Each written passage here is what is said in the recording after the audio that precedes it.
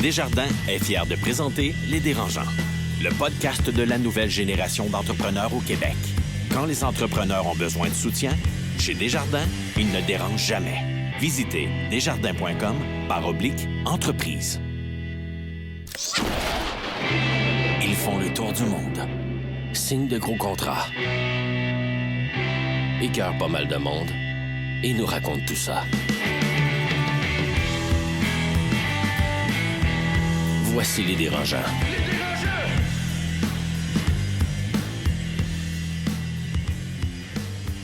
Bonjour à tous et bienvenue au podcast Les Dérangeants, enregistré au studio C de l'Université Concordia à Montréal. Je me présente Mathieu Charret, sex symbole et journaliste au Journal des Affaires. Pour ce tout nouveau, tout beau nouvel épisode propulsé par le Mouvement Desjardins, on rencontre l'humoriste, entrepreneur, animateur, chroniqueur qui ressemble à Jésus mais en plus cute, Jay du Temple. Et on se fait un débat sur l'art d'être cheap.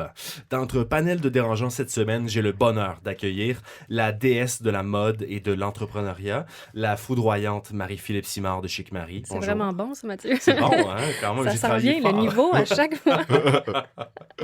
Et également, nouvelle propriétaire du petit chien le plus cute au monde, je pense. Ah non, hein? il gosse. Il a mangé mes souliers. On le voit pas, là, parce qu'il n'y a pas de caméra. Mais Est-ce il que a tu vraiment- l'as encore? Il a mangé mes souliers. Fait que c'est rendu un nouveau manteau, ton chien.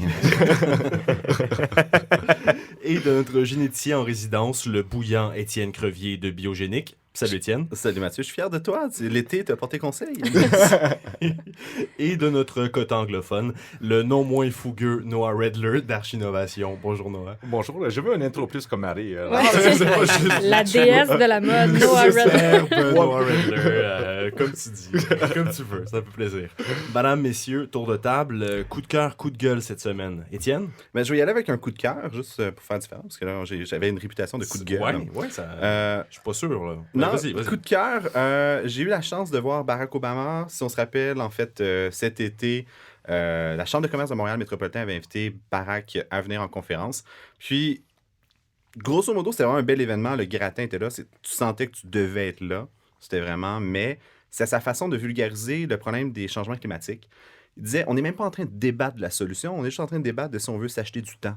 Tu sais, comme pour que les générations futures trouvent une solution quand on va l'avoir. Puis c'est le même principe en innovation, en entrepreneuriat. On a le même problème pour quand on vend la génétique. C'est-à-dire, on n'est pas en train de dire que ça va guérir un cancer. On est juste en train de dire, tu veux-tu t'acheter du temps? Puis on a tendance à acheter le bébé avec l'eau du bain tout le temps parce qu'on dit, ah, mais c'est pas parfait. Ça sera jamais parfait. Par définition, l'innovation n'est pas parfaite. Donc, j'ai vraiment aimé ce que Barack avait dit là-dessus. Puis, malheureusement, Michel n'était pas là. J'étais bien déçu. Il y avait Michel Leblanc. Noah, est-ce que tu crois au changement climatique? C'est quoi ça? Mais, j'ai mon paquet de styrofoam que je vais mettre dans les déchets prochainement. Il fait froid à Montréal, fait que le changement climatique n'existe pas. C'est ça, c'est où le chauffage? As-tu un coup de gueule contre Étienne ou un autre coup de gueule ou coup de cœur? Ben, on va voir si c'est un coup de cœur ou un coup de gueule, mais c'est un peu de autopromotion pour moi. J'ai embauché ma deuxième employée. Oh, félicitations. Alors, c'est un coup de cœur, je suis très excité, mais un coup de gueule parce que j'ai tout ce stress à payer quelqu'un et de gérer quelqu'un et je ne sais pas quoi faire, alors on verra. Petit conseil, Noah, dis jamais excité et employé dans la même phrase.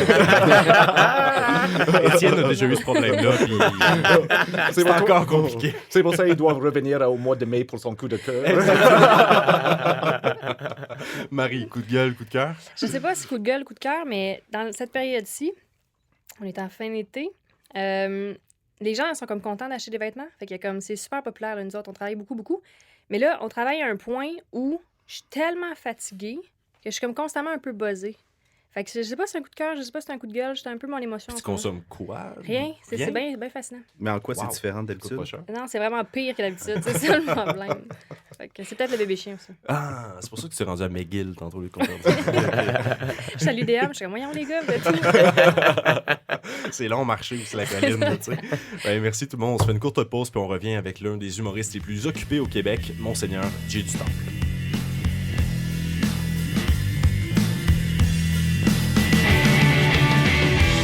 Le podcast de la nouvelle génération d'entrepreneurs au Québec. Les Dérangeants.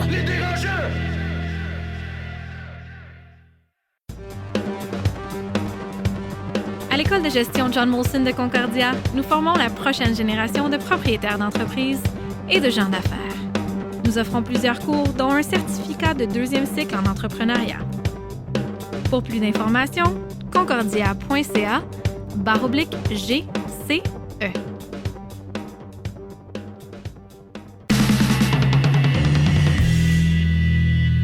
Bonjour, je me présente Alexandre Mency, cofondateur de Mango Software. Aujourd'hui, je rencontre Réal Leclerc, expert en solutions chaîne d'approvisionnement chez Desjardins. On va parler flux de trésorerie pour les entreprises en forte croissance. Bonjour Réal. Bonjour Alex. Réal, quand on est en forte croissance, la gestion du cash, ça peut être problématique. Effectivement, c'est vrai. Par contre, il y a un produit qui pourrait être très intéressant pour ta croissance. Ça s'appelle l'affacturage. C'est un complément du financement traditionnel. C'est ce qu'on appelle du prêt sur actif. Par exemple, là, tu factures le 19 mai, tu nous vends la créance le 19 mai et tu vas avoir ton argent dans ton compte de banque à 4 heures le 19 mai. Réal, c'est-tu un produit qui est accessible? Faut-il que je produise des documents? Ça peut être aussi rapide que 2 semaines, 3 semaines. Donc, pour les entreprises qui sont en pleine croissance, l'affacturage permet d'accélérer les liquidités. Ça libère des liquidités pour payer les employés, payer les fournisseurs.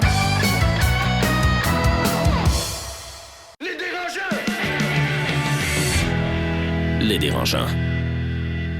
L'entrevue de la semaine est une présentation de Millésime Up, la nouvelle division du groupe Millésime dédiée aux besoins de recrutement des startups.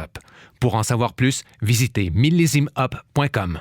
De retour dérangeant avec Marie-Philippe Simard, Étienne Crevier, Noah Redler et surtout un invité très spécial, Jay du Temple. Salut Jay. Hey, salutations groupe, merci de me recevoir, c'est très apprécié. Ça fait plaisir. Que dire de Jay du Temple? Il y a une belle énergie, un joli minois, mais comme moi, il est beaucoup plus qu'un corps de rêve. J'aime tellement ça parce que, tu vois, toi, tu assumes ce côté-là. Moi, je peux pas m'auto-proclamer sexe symbole. Les gens vont faire « Hey, es-tu de la merde, ce gars-là? » Donc, Jay, 25 ans, diplômé de l'École nationale de l'humour en 2013, humoriste, chroniqueur à Code G, Codef, à Urbania. T'es un peu aussi le nouveau Joël Legendre, plus que tu animes la nouvelle mouture d'Occupation Double. Moi, j'aime dire PY, Pierre-Yves Lard. Moi, j'ai plus les mêmes chemises que Pierre-Yves. Jay, t'as autoproduit ta première tournée baptisée Mini Tour du Québec avec ta sœur Laurie. Première question, qu'est-ce que ça t'a appris sur la business de l'humour? C'est une business? Oui, c'est une business. Je pense que n'importe quoi où il y a de l'argent, il y a une transaction et tout ça, on peut appeler ça une business. Ça m'a appris juste en fait, l'utilité de... C'est le rôle du producteur, en fait. Okay. Donc, le producteur en humour, ce qu'il fait, c'est que c'est lui qui investit l'argent, c'est lui qui avance l'argent. Donc, quand on a des salles à louer, quand on a du gaz à payer pour se rendre, quand on a une vanne, une première partie à payer, tout ça, c'est le producteur, normalement, qui joue ce rôle-là. Et moi, ce qui est arrivé, c'est que tout ça a commencé avec mon Club Soda en septembre 2016. Qui s'est rempli pour ma fête. Et à ce moment-là... À ta fête, hein? À ma fête, ouais. C'était mon cadeau de fête. Je travaillais. Club Soda. Exactement. Et ça a été une magnifique soirée. Puis dans le fond, ce qui est arrivé, c'est que ça s'est rempli. À ce moment-là de ma vie, quand je l'ai booké, c'était ambitieux. Quand même, quand je disais aux gens, tu sais, j'allais booker au mois de mai 2016, quelque chose comme ça, et tout le monde était comme, dude, t'es fou là, de faire le Club Soda, tu feras jamais ça. Et c'était ambitieux, mais réalisable, et finalement, aujourd'hui, tu vois, tout le monde est comme, ah, ben, c'est sûr que tu l'as fait, ben oui, ça laisse faire. Mais c'est facile aujourd'hui de dire que c'était facile à faire, mais une fois que tu l'as fait, là, on dirait que tout est possible. Puis, tu vois, cette année, j'attaque le Métropolis pour ma fête.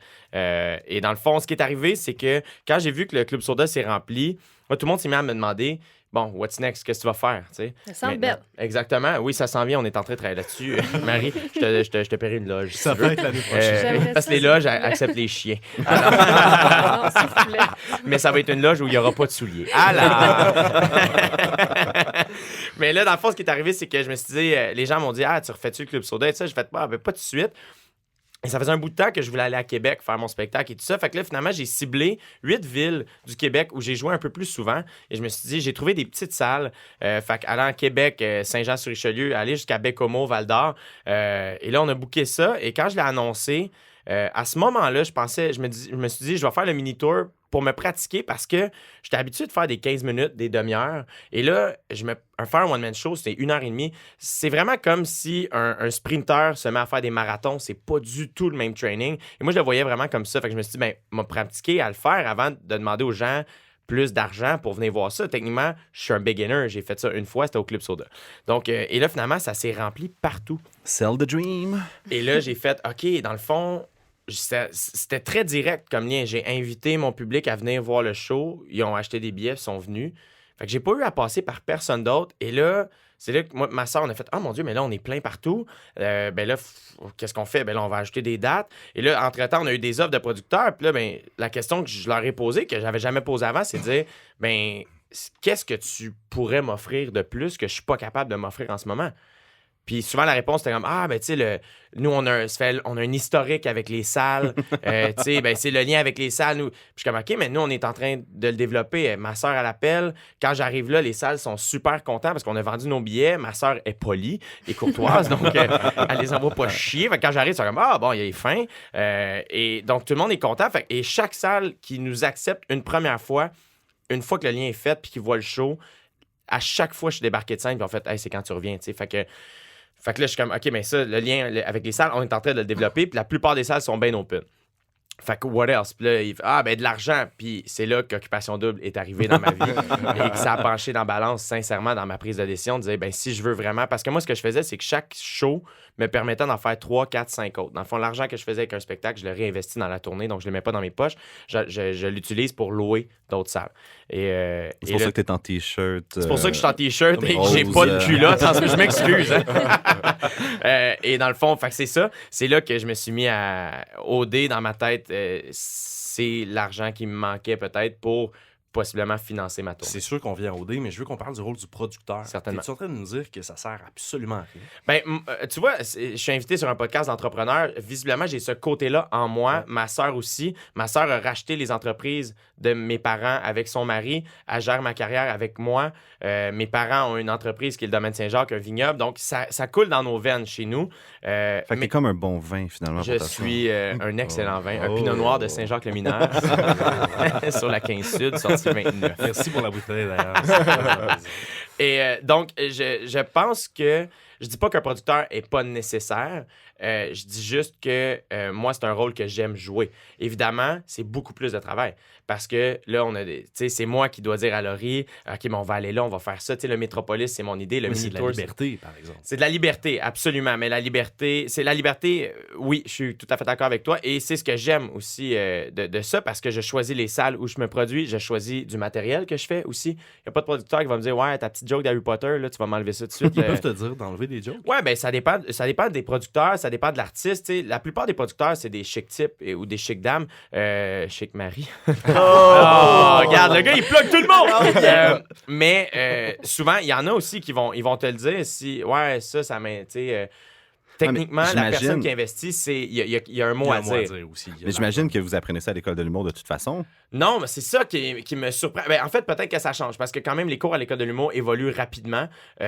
Donc, tu vois, moi, quand j'étais à l'école de l'humour, j'avais un cours sur les médias sociaux. On nous parlait de Twitter et Facebook. Puis, j'étais allé faire un cours sur Snapchat pour aider. Et maintenant, c'est Pélep, le gars de Petit Gamin, qui donne ce cours-là à l'école de l'humour. Cool, donc, ça change. Louise Richer fait bien son travail quand même. Il travaille là-dessus pour que ça évolue. Mais non, moi, la production du show, c'est pas quelque chose qu'on nous a appris à l'école. Puis ça me surprend vraiment parce que c'est ça qui arrive, c'est que je trouve que le rôle du producteur, des fois, c'est de garder un peu le flou aussi, de dire « Non, t'as besoin de nous autres, mon gars. » Puis là, c'est faire « Mais je peux-tu voir les papiers ou voir l'argent? Pourquoi? » Tu sais, c'est assez simple, un show d'humour, c'est des additions des soustractions. Combien ça coûte? Combien j'ai besoin de vendre les billets? Combien il y a de place? Moi, je trouve ça vraiment intéressant parce que tu disais justement, je travaille sur l'affiche, je travaille sur mes jokes, sur la manière dont je m'habille. C'est comme un produit. Fait que tu sais, t'as le marketing, t'as les ressources humaines, t'as la comptabilité dans tout ça. Absolument. Puis justement, la place de Juste pour rire au Québec, qui a déjà des départements et donc ils le font pour tout le monde ou pour beaucoup d'humoristes, ça crée pas justement une unicité dans le domaine où est-ce que finalement l'humour est tout pareil? Ben, peut-être que c'est de là que ça vient. Les boîtes de prod, mais tu sais, moi, je mets pas la faute nécessairement sur personne. Je trouve juste que la job d'un artiste, c'est ça, c'est de créer.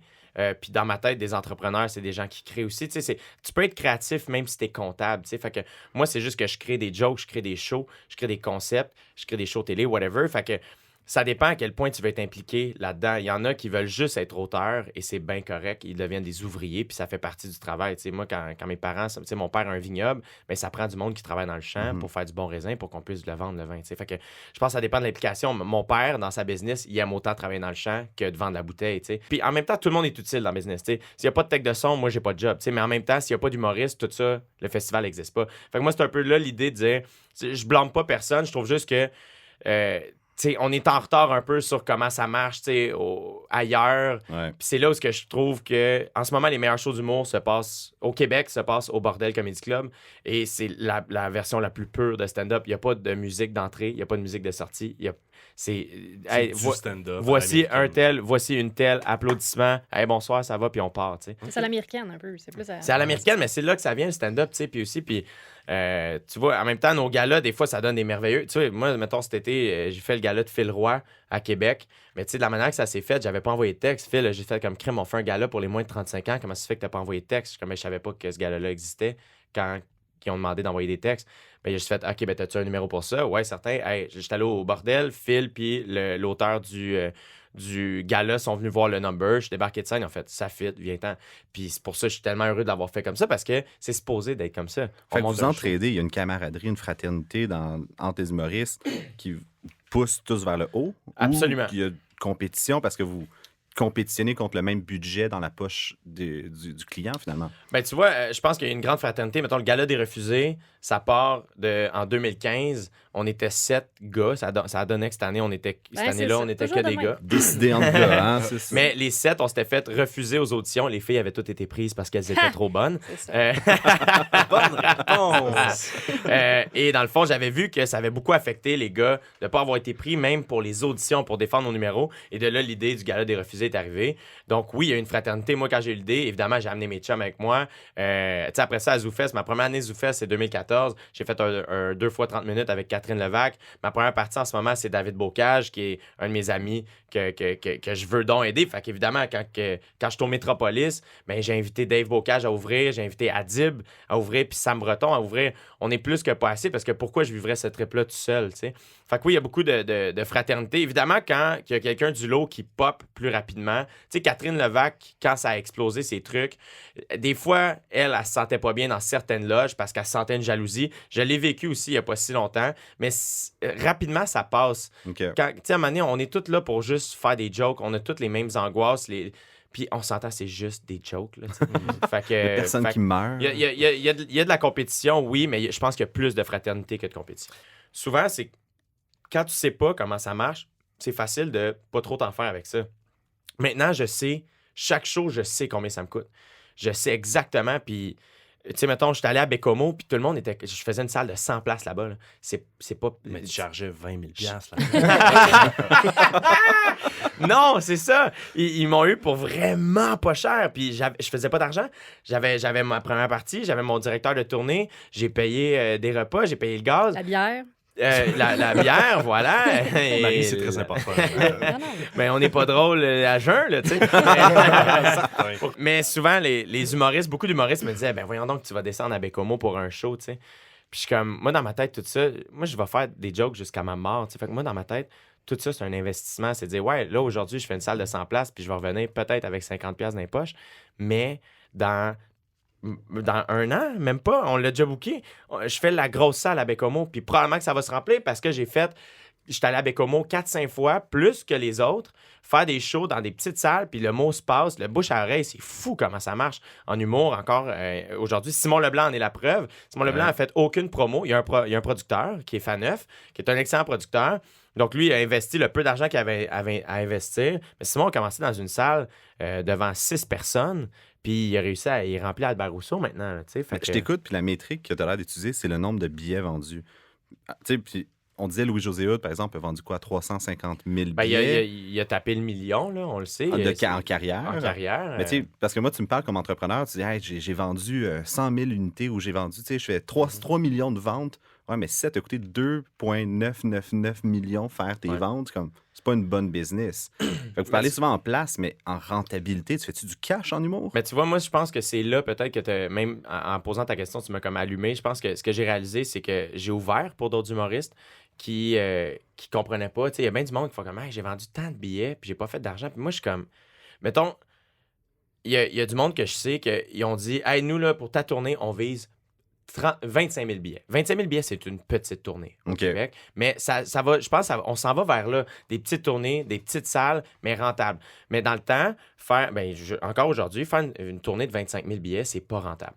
Parce que souvent, ça coûte cher. C'est la pub télé, la pub radio. Exactement. C'est ça c'est la pub, pas juste télé, les panneaux publicitaires et tout ça. Et ce qui arrive, c'est que souvent, les producteurs, tu sais, les artistes ont changé, mais les producteurs, les décideurs, les diffuseurs aussi n'ont pas changé encore. C'est encore la vieille école. Fait que c'est comme, non, on le faisait avec Michel Courtemanche, ça marchait. Avec Michel Courtemanche, je fais plus ça, tu sais, depuis plusieurs années. Ça a changé. Moi, les gens, c'est ça qu'ils ont vu. Ils ont fait comme, ben voyons donc, comment ça se fait que ça marche? Ah, mais toi, ça a marché parce que tu as beaucoup de followers sur Facebook, des trucs comme ça. Fait que tu as un public déjà que tu peux Ouais, mais vendre reste des que, billets. tu vois, si on recule à ZooFest 2015, j'ai fait 19 représentations au festival dans une salle de 50 places qui est minuscule. Je le faisais pas pour l'argent au départ, puis veux pas, tu sais, faut qu'on paye les comptes, puis tout ça, mais reste que j'en ai fait de l'argent, c'est sûr. Si tu fais 19 shows, tu vas en faire, en quelque part, tu vas en faire de l'argent. Fait que c'est là où ce que je fais, oui, à ce moment-là, je n'avais pas de followers, puis j'ai réussi à faire le show 19 fois.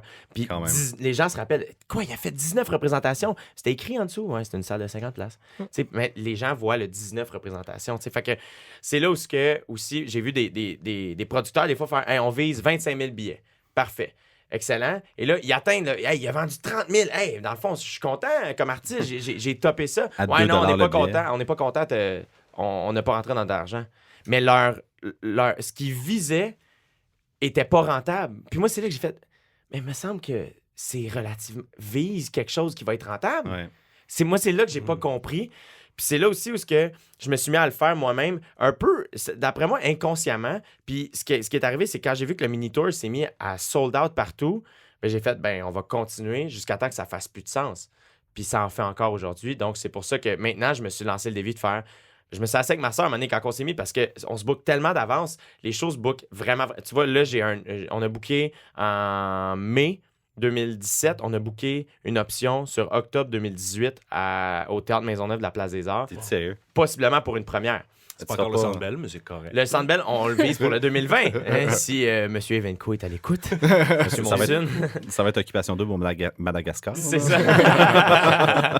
Les grilles de badass, le côté badass est toujours dans ma tête de dire comment je peux faire les trucs un peu différents. Parce que tout le monde, c'est pas long, là, les salles au Québec, tout le monde, dans ma vraie tournée, m'a me ramassé à faire les mêmes affaires que tout le monde. Fait que comment je peux, avant de tomber dans la grosse ligue, faire les choses un peu différemment pour attirer l'œil, faire, voyons donc que ce gars-là fait ça, tu sais.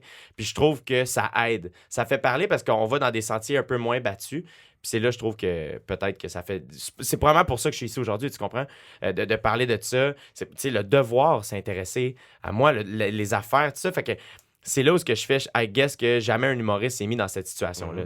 Tu as-tu un peu de fake it until you make it? Absolument. Tellement. Moi, la première fois, j'ai entendu cette expression-là à l'école de l'humour et ça m'a rentré dans la tête, mon gars. Et il y a complètement ça. Il y a une espèce de fierté de... Ouais, non, ça va bien. Oui, ça va bien. Certain. Non, écoute, Club Soda, pas inquiète pas en tout. Crave des nerfs depuis 2 semaines. Ça va bien! He's gonna make it. Question, on peut pas te laisser aller juste sans parler d'Occupation Double, Absolument. c'est sûr. T'as joué dans Like Moi. Ouais. Tu faisais un pastiche Oui. d'Occupation Double un peu qui s'appelait Je choisis Jonathan. Ouais. C'est pas un petit peu ironique après d'accepter Occupation Double? Moi, je le vois pas. Ben oui, il y a de l'ironie là-dedans, absolument, absolument. Mais moi, je trouve ça encore plus le fun d'avoir commencé en faisant une parodie de ce que je fais maintenant. Tu comprends? Parce que ça montre à quel point... moi, je me prends pas vraiment au sérieux, là, malgré le fake it till you make it. Là, tu le fake. Tu te prends pas au sérieux. Mais non, en fait, c'est ça. Je me tu prends la business sérieusement, tu te prends juste pas au sérieux. Exactement. Ce qui fait que... mais j'y ai pensé très longtemps avant d'accepter Occupation Double. J'ai hésité longtemps. Il paraît que Julie Snyder, il a fallu qu'elle... Mais Julie Snyder, tu vois, elle était tellement convaincue qu'elle me connaissait pas. Moi, j'ai passé l'audition pour un autre show qu'elle produisait, puis je la connaissais pas. Elle était dans la salle d'audition. Puis elle est venue se présenter. Puis quand je suis sorti, paraît-il qu'elle a demandé à l'équipe, OK, c'est qui ce gars-là? Et là, ils ont fait, c'est Jay du Temple, c'est un humoriste. Elle s'est mise à checker ce que je fais. Elle a lu Urbania, mes textes. Elle est débarquée à Saint-Lazare, une soirée que j'animais. Elle a fait ses devoirs. Et elle a fait, c'est lui que ça nous prend. Et c'est vraiment... Le seul mot qui me vient en tête depuis que je connais Julie Snyder, puis je la connais pas tant que ça, c'est vraiment go-getter. C'est vraiment une go-getter. Elle n'est pas rendue où ce qu'elle est aujourd'hui parce que... Non, exactement. Elle est vraiment travaillante, puis elle sait ce qu'elle veut, puis elle est brillante. Elle connaît la game de la télé. Et moi, au début, j'ai hésité, puis à un moment donné, l'équipe était comme... Ils m'offraient tout ce que je voulais. Puis à un moment donné, ils ont fait « OK, là, c'est quoi le problème? Qu'est-ce que ça te prend? » Puis, un autre 0. Mais moi, je leur ai dit, à ce moment-là, l'argent n'a jamais été dans la discussion pour moi parce que c'est pas ça qui me faisait hésiter. Ma crainte, c'était de prendre 10 semaines off de stand-up. Ça, c'était ma crainte numéro 1. Et la deuxième, c'était d'être associé à Occupation Double de manière négative. Et j'en ai parlé avec ma famille, j'en ai parlé avec mes amis. Et je voulais beaucoup avoir l'opinion de mon père parce que mon père, le côté entrepreneur, le marketing, et il me connaît extrêmement bien. Et c'est là qu'on a fait, ben, tu sais, si je reste moi-même dans ce show-là, je vois pas ce que je perds à le faire. Why not? Exactement. Je pense que j'ai beaucoup plus à gagner qu'à perdre. Puis, ce qui m'a rassuré aussi, c'est que c'est rendu à V. C'est à Bali, c'est moi qui anime. Fait que déjà là, tu vois un gros désir de la part de Production J à changer l'image du show. Et je pense que la raison pour laquelle ils voulaient tellement que ce soit moi qui anime, c'était pour vraiment clouer cette idée-là dans la tête des gens, de dire non, OD, on s'en va ailleurs cette année, checker c'est qui anime. C'est un funny guy, c'est un gars qui a fait une parodie de ça. Puis ils l'ont mis de l'avant eux-mêmes, tu sais. Fait que, non, moi, je suis... Puis depuis que j'ai accepté, j'avais peur. J'avais hâte que ça sorte. Quand la nouvelle est sortie, ça a été très positif. Évidemment, beaucoup de gens ont fait « c'est qui ce gars-là? » Et là, j'ai dit « Maman, c'est moi. » Elle fait « Ah oui, c'est vrai. » Mais, beaucoup de filles ont fait « c'est qui ce gars-là? » Et après ça, ben, et depuis que j'ai pris la décision, je suis extrêmement heureux. Je le regrette pas du tout. Et je me dis juste que à mon retour, moi, 2 semaines après mon retour, je commence à roder mon one-man show avec le Moyen Tour et mes jeudis, vendredis, samedi soir sont bookés à aller jusqu'en 2020 au Centre Bell, Marie. Parce qu'il faut penser long terme comme humoriste. C'est pas juste les prochaines 6 semaines ou quelque chose comme ça. C'est quoi l'effet à long terme? Parce que tu vas revenir année après année. Et, exactement. C'est un investissement en temps. Vraiment, vraiment. Puis je pense que les gens... le monde oublie vite aussi. Tu sais, chaque nouvelle roule, ça va vite. Tu sais, fait que... Je pense que moi aussi, c'était important pour moi que ma tournée soit annoncée avant même qu'OD sorte pour que les gens, quand ils me suivent sur les médias sociaux, qu'ils fassent « OK, il fait des choses, c'est un humoriste. OK, parfait. » Qu'ils soient tout le temps martelés de cette idée-là. Juste pour que... Moi, tu sais, OD, on a fait de la place dans mon horaire pour que ça fitte. Et quand je reviens, je continue à faire des shows. Moi, c'est ça mon travail numéro 1, c'est humoriste. Là, dis-moi, Jérémy. Yes. Tu veux passer l'audition, c'est ça? On peut-tu faire une passe droite, là? C'est quoi ta coupe Stanley? Parce que rendu là, comme ta carrière est... Le Centre Bell, il l'a dit. Ouais, mais est-ce que c'est le Centre Bell pour un humoriste? C'est non, ça? Mais c'est quoi la coupe Stanley? Pour... L'idée du Centre Bell, si je peux expliquer celle-là avant de répondre à ta question, dans le fond, le Centre Bell, c'est vraiment plus un trip personnel parce que c'est pas du tout une salle si nice pour un public à aller voir un humoriste. C'est pas intime. Le Lion d'Or est 1000 fois plus trippant à faire que le Centre Bell, stand-up-wise. Du moins, moi, les stand-up que je suis allé voir au Centre Bell, j'ai moins trippé. T'sais. Mais je pense que c'est un trip à faire. Puis moi, la manière que je veux le faire, l'idée que j'ai en tête, c'est je veux clore ma tournée au Centre Bell en faisant le défi tête rasée. Très cool. Et ramasser des fonds pour ça. Là, je le dis, c'est pas booké du tout. Là, c'est pas fait. Ça va les cheveux aux genoux. Mais c'est ça, je vais les laisser pousser, faire le show, à la fin du show, me raser la tête et faire le rappel, les cheveux rasés, avoir ramassé les fonds pour ça. C'est l'idée que j'ai en tête. Marie-Philippe. Oui, c'est ça.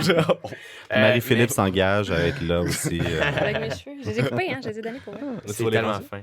Ouais, mais donc, on revient. C'est quoi ta coupe Stanley? Mais ma coupe Stanley change à chaque 6 mois, je te dirais. Ouais, absolument. Moi, à chaque 6 mois, je me mets toujours des petits défis comme réalisables, mais ambitieux. Moi, le mot, c'est ambitieux. Je suis pas pressé, je suis ambitieux. Fait que je vois loin, mais je vois quand même haut. Ce qui fait que, moi, mettons, quand je suis sorti de l'école de l'humour, ma coupe Stanley, c'était de faire 3 shows par semaine. Ce qui était ambitieux à ce moment-là, mais réalisable. Après ça, c'était d'animer une soirée d'humour à chaque semaine. Ce que j'ai fait au Jockey pendant 3 ans. Après ça, c'était d'animer une soirée headline à l'extérieur de la ville. J'ai fait Saint-Lazare, j'ai fait Gatineau. Une fois que ça c'était fait, c'était comme, OK, je veux faire le Club Soda. Je veux faire une mini-tournée. Là, je veux roder mon show. Je veux un show télé. Fait que j'ajoute toujours des trucs, mais je te dirais que le plus loin, moi, ce que je rêve le plus, c'est d'avoir ma propre salle de spectacle. Très cool. Que ce soit un comedy club, un théâtre, mais une salle, d'après moi, pas plus que 500 places. Le temple de Dieu. Tu sais, ou juste...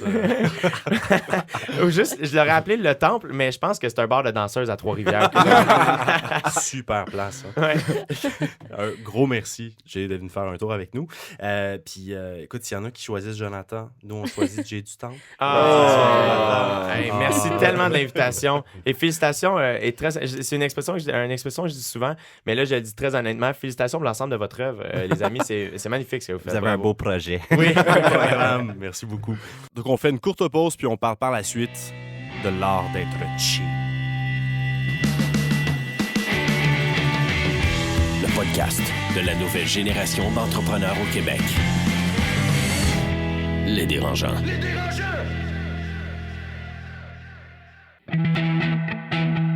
Écosystème, une capsule pour les entrepreneurs nouvelle génération, signée Université Concordia.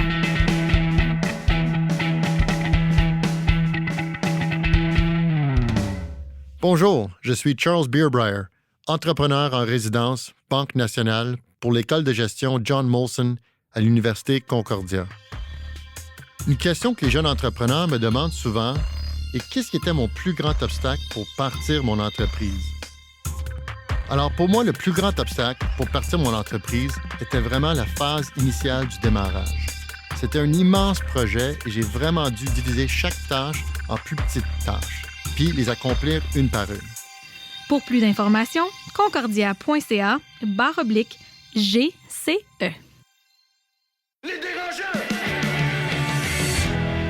Les Dérangeants. De retour au Dérangeant avec Noah Redler d'Archinovation, Marie-Philippe Simard de Chic Marie et Étienne Crevier de Biogénique. Après avoir reçu le nouvel animateur d'Occupation Double, le nouveau Cupidon québécois, on parle de l'art d'être cheap. Donc, madame, messieurs, êtes-vous cheap? Non? Non? Oui. Oui? Marie? Moi, je l'ai dit, hein. Je l'ai dit, pardon. Oui, c'est ça, oui.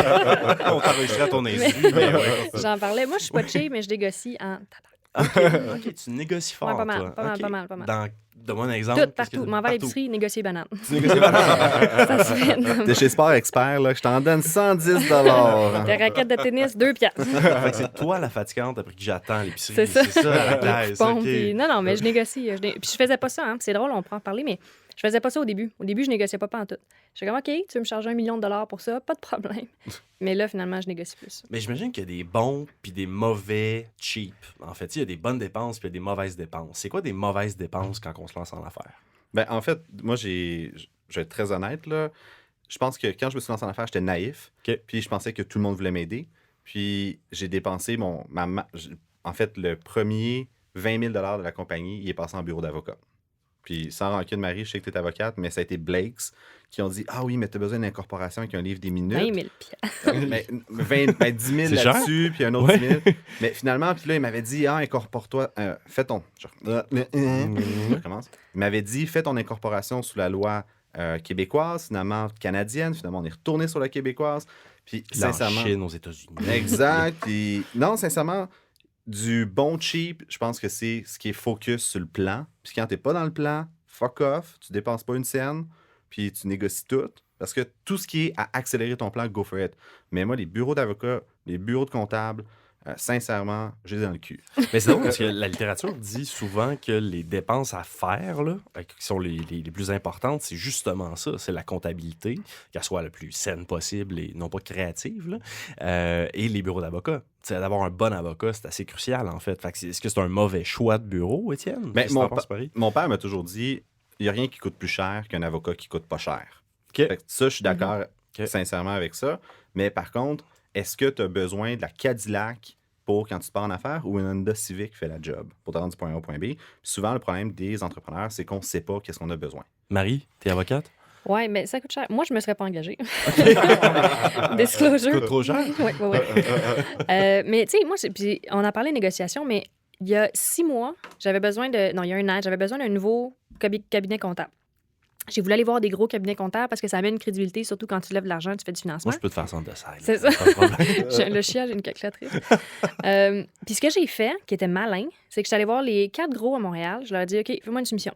Puis là, ils m'ont tous piché des chiffres. J'ai dit, gars, puis tout, c'est bien beau, là, mais l'autre me le fait à ça. Là. Pourquoi t'es 2 fois plus... Puis là, ils ont C'était-tu tout... Oui, c'était vrai. Des fois, c'était pas vrai. OK.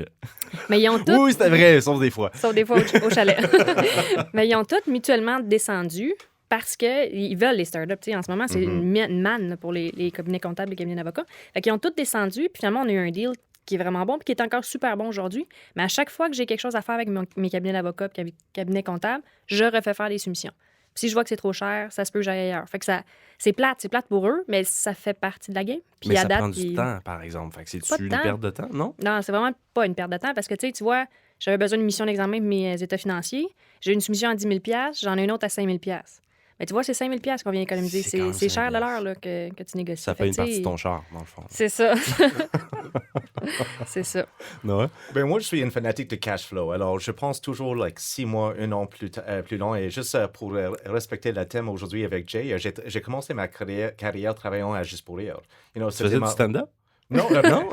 Est-ce que tu me trouves drôle? C'est Sugar Sammy. Une fois, c'était un gars. Des pantalons bruns, c'est fucking drôle, par exemple. C'est whisky, c'est pas brun.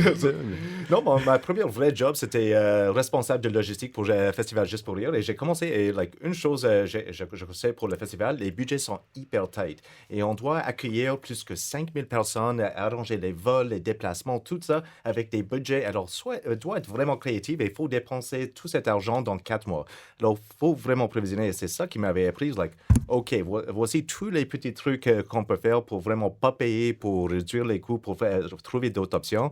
Même aujourd'hui, je regarde dans mon entreprise, oui, ce temps, je peux payer un graphiste, mais je suis sur Fiverr à chaque 5 minutes. C'est quoi Fiverr? Fiverr, c'est un truc en ligne où tu peux trouver des graphistes, des gens pour faire des traducteurs, des gens qui peuvent faire des choses, des projets vraiment simples pour 5, 10, 15 $.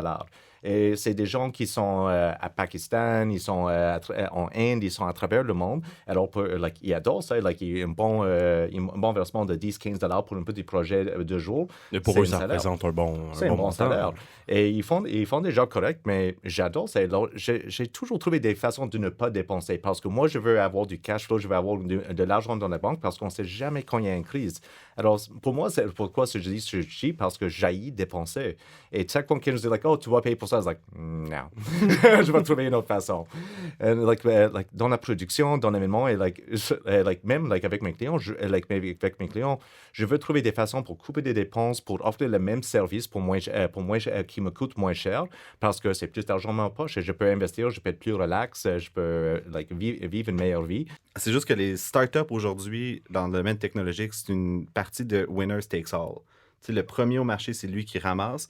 Mais moi, je suis tellement pas d'accord avec ça. Non, je suis pas d'accord. Check ce que je veux dire, parce que... Moi, là, je Mettons, c'est que tu fais tellement des marges élevées. Tu sais, Facebook va faire du marge net de 80% et plus. Fait que quand tu réinvestis des profits de même dans une compagnie, tu crées une distance par rapport à ta compétition qui est juste jamais rattrapable. Puis c'est ça, la techno, c'est que c'est des marges nettes vraiment fucking... vraiment élevées. Tu sais, en même temps, regarde, tu prends Google, là, c'est pas le first to market, là. Je veux dire, il y en a plein qui ont passé, ils sont arrivés avec une offre différente. C'est là, ils l'ont Puis il y a beaucoup d'investisseurs qui disent ça. Au début, là, on parlait de first to market, blablabla. Là, il y en a qui disent, regarde, il y en a qui vont y aller, ils vont se planter, passe à côté, tu piles dessus, puis c'est toi qui le fais. J'ai pas dit first to market, j'ai dit winner takes all. OK. Ben oui, mais les winners arrivent à chaque jour. Et c'est exactement ça. Moi, je préfère une startup qui investit leur temps, développer leurs produits, fait ça très lean, trouver une façon de trouver toutes les solutions, trouver une façon de trouver des solutions pas chères parce que c'est des gens de pratique qui vont les aider plus tard. Et d'attendre de voir tous les erreurs que leurs compétiteurs font, d'attendre pour voir de vraiment savoir c'est quoi les meilleures pratiques. Ben, ça prend du temps. Alors, de courir vers le marché, tout ça, hurry up and fail, j'haïs cette expression. Non, mais c'est comme, jamais tu me fais penser à la compagnie, tu connais Apache? Non. Ah, c'est ça. Make my point. Non! Parce qu'ils ont pris leur temps, puis que personne les connaît. Ouais, mais tu sais, à l'inverse, là, OK? Tu prends Shopify, tu prends Lightspeed, qui sont des grosses business au Canada. Ça a pris du temps, là. Ça a pris du temps avant que ça lève. Lightspeed, Shopify, c'est des dizaines d'années, là. Puis avant qu'ils aillent chercher du financement. Fait que, tu sais, je sais pas. Lightspeed, c'est 2005, je pense. Lightspeed, je pense qu'ils n'ont pas pris de financement avant 6-7 ans d'activité. Non, mais ils ont pivoté combien de fois aussi? Ben oui, mais en même temps, je pense qu'ils s'approchent d'une valorisation pas loin du milliard. Fait que, tu sais, si ça te prend un pivot en 2-3 ans, ben, ça vaut peut-être la peine. Puis, mettons qu'il avait fait le pivot en 1 an parce qu'il avait été assez vite. Mais des fois, c'est pas parce que tu vas plus vite que tu fais les choses mieux. Peut-être que ça a pris 1 an avant de faire mon pivot. OK? C'est sûr qu'avec le recul, je me dis, bon, ça aurait été nice que je le fasse en 1 mois. Mais dans cette année-là, on a tellement appris que quand on a fait le pivot, il a été fait parfait à 100%. J'aurais pu pivoter 6 mois avant, puis il aurait été fait à 50%. Mais il y a une quote qui dit quand tu lances un produit parfait, c'est que tu l'as lancé trop tard. Et moi, je l'aime beaucoup. Je veux parler d'employés. Excuse-moi, Noah, vas-y. Non, ça va. Parlez de tes moi, j'en ai pas. Ça, c'est-tu... Étienne, tu m'as déjà confié il y a quelques semaines que, bon, toi, tu gagnes juste 100 000 par année. Moi, God, I wish! Mais que les investissements dans tes employés, c'était super important. Ouais. C'est une bonne dépense, ça? Ah ouais. Ça, ouais. Il faut payer plus cher pour avoir les meilleurs, c'est vrai? Ben, je te fais le calcul mathématique parce que, mettons que tu donnes, on va dire 20 000 de plus à un employé pour qu'il donne son 150 tu vois, donc, ça ne te coûte pas un salaire complet. Puis les gens pensent qu'un employé qui gagne 50 000, mettons, il va te coûter 50 000. C'est faux! Il te coûte des déductions à la source de plus, il te coûte un ordi, il te coûte un bureau. Fait que c'est en général 32 % de plus que le dollar. Fait que $1, ça te coûte $1,32. Fait que moi, j'aime bien mieux donner beaucoup plus à mon employé, mais dire, t'es mieux de répondre au téléphone le soir, les fins de semaine, puis t'es mieux d'en donner 130, 140, 150 % parce que comme ça, chacun est optimisé, puis j'ai pas besoin de trop embaucher. Ben là, c'est la seule place où je suis pas cheap. Like, moi, pour attirer le meilleur talent, je suis prêt à payer. Et moi, j'ai pas des grands budgets pour payer des revenus, mais vraiment pour la personne que je viens d'embaucher, je lui donnais le max possible parce que je savais qu'elle avait du talent, je savais que il y a très peu de temps pour le onboarding, pour vraiment comprendre. Elle est prête à aller. Mais ma première employée, c'est quelqu'un qui me connaissait et on travaille ensemble, c'était parfait. Alors, je suis prêt à payer au max pour ces gens. Parce qu'avec ça me donne la liberté d'aller chercher d'autres contrats et j'ai des confiances en les gens. Parce que tes employés, c'est ton produit aussi pour Arch. C'est ça, exactement. Il me représente et il doit livrer un service. Alors, d'avoir cette confort que quelqu'un me représente Arch et travaille bien avec mes clients, ben ça vaut 3 nouveaux contrats. Oui, mais tu sais, moi, la nuance que je ferais avec ça, c'est qu'on parle beaucoup d'argent, mais tu sais, il y a plein d'articles sur les milléniaux de ce temps-ci, ça fait comme la... Puis les milléniaux, il faut comprendre que c'est pas juste... C'est pas juste l'argent. Faut être plus créatif que ça. Moi, je l'ai vécu avec un employé. J'ai proposé un meilleur salaire. Puis finalement, il préférait prendre une année sabbatique pour aller comme vivre sa vie. Fait que, tu sais, des fois, il faut aller au-delà de l'argent. Je pense qu'on leur donne... Il y a des gens que ça va être super important, l'argent. Ils vont vouloir un meilleur salaire, etc. Il y en a d'autres qui vont dire, gars, je veux rester au même salaire, mais je veux être une journée chez nous pour m'occuper de mes enfants. Mais fait que ça aussi, ça a une valeur, tu sais. T'évites de rendre un employé malheureux avec l'argent. Fait que, tu sais, tu le rends pas heureux avec l'argent. T'évites de le rendre malheureux. Faut que tu le payes de façon décente. Là, exact. Marché, mais finalement. tu vas le rendre heureux avec des activités, du team building, avec de la liberté, de la flexibilité, avec l'attitude, la conciliation de la famille. Mais tu sais, moi, il y avait un point qui... Sur l'art d'être cheap, c'est que je suis pas cheap dans ma business. Puis c'est vrai que c'est un problème parce qu'on brûle, puis on brûle probablement un petit peu plus parce que je veux qu'on aille plus vite. Puis, tu sais, move fast, break things. Mais ce qui me fascine depuis que je suis entrepreneur, c'est que, par exemple, dans le dernier mois, j'ai fait pour plus de 55 000 $ de chèques qui sont sortis. Puis ça, c'est juste une fois quand j'en ai fait dans le mois. Puis là, j'arrive à l'épicerie, puis je regarde du prosciutto à 8 $. Je suis comme, ouais, c'est un peu cher. Je suis comme... Fait que la dichotomie qui s'installe dans la tête d'un entrepreneur, où est-ce que tu dis, bien, il y a 55 000 $ qui sont sortis de mon compte de banque en un mois, mais personnellement, c'est pas en tout dans les mêmes ranges. Ouais, tu deviens cheap dans ta vie personnelle. Mais je conduis une Jetta TDI, ouais. puis tu sais... J'ai pas, mon père m'a toujours dit, puis là, je reviens à mon père encore, j'ai l'air de Bocard Diouf, là. Mais... C'est ton grand-père. Tu sens pas physiquement, mais bon.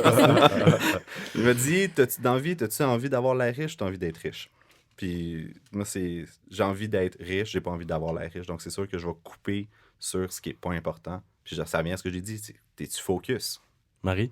Ben moi, nous autres, on était, tu sais, une start-up, quand ça commence à des problèmes de cash flow, là, tout le monde a des problèmes de cash flow, puis on est tellement aidé dans des situations où t'es pas sûr d'être capable de faire la paye. Moi, je l'ai toujours fait de ma paye, je suis vraiment contente. Mais tu sais, t'es pas sûr que le chèque va passer, il va peut-être être NSF, blablabla. Là, on a de l'argent, on a full d'argent dans le compte de banque, mais on dirait que je suis encore stressée. Là, il faut que je m'achète des souliers parce que mon chien l'a mangé. Puis, je m'en achète même pas. On dirait que je suis comme, oh, c'est pas sûr, c'est pertinent. Fait que je suis encore je suis un peu traumatisée. C'est quoi les bons coups d'être cheap, en fait? Sur quoi il faut économiser dans les startups? Mais dans moi, les tu sais, on parlait des employés, là. Moi, je le disais, je suis bien rough en négociation, bien tough. Puis je vais aller en gratter, je suis bien fatigante. Mais le plus que je peux aller chercher de ça, c'est pas pour me mettre dans les poches, là, puis justement m'acheter des souliers. Ça va être pour redonner à mes employés puis redonner à mes clients. Fait que moi, on dirait que ça me dérange moins dans ce temps-là d'être plus tough en négociation quand je sais ce que ça va donner comme résultat. Tu sais, si je peux donner, je sais pas, qu'on part en voyage avec mes employés, ben, je suis contente d'avoir négocié mon cabinet comptable un petit peu moins cher. Tu sais. Non?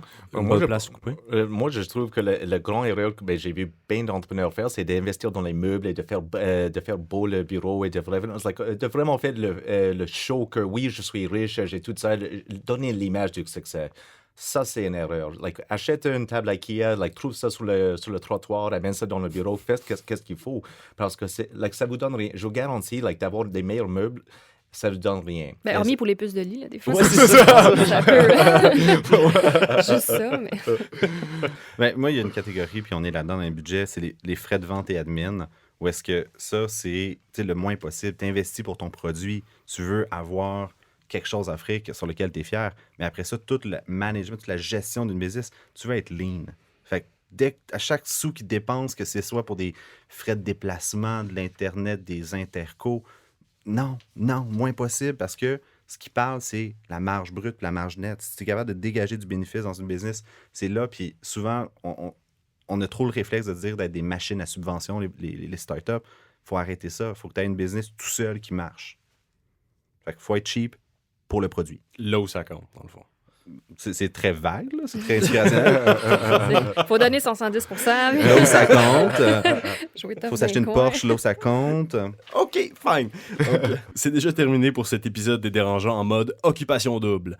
D'abord, un très grand merci à Jay du Temple pour sa visite à l'émission, à nos dérangeants cette semaine, Marie-Philippe Simard de Chic Marie, Étienne Crevier de Biogénique et Noah Redler d'Archinnovation.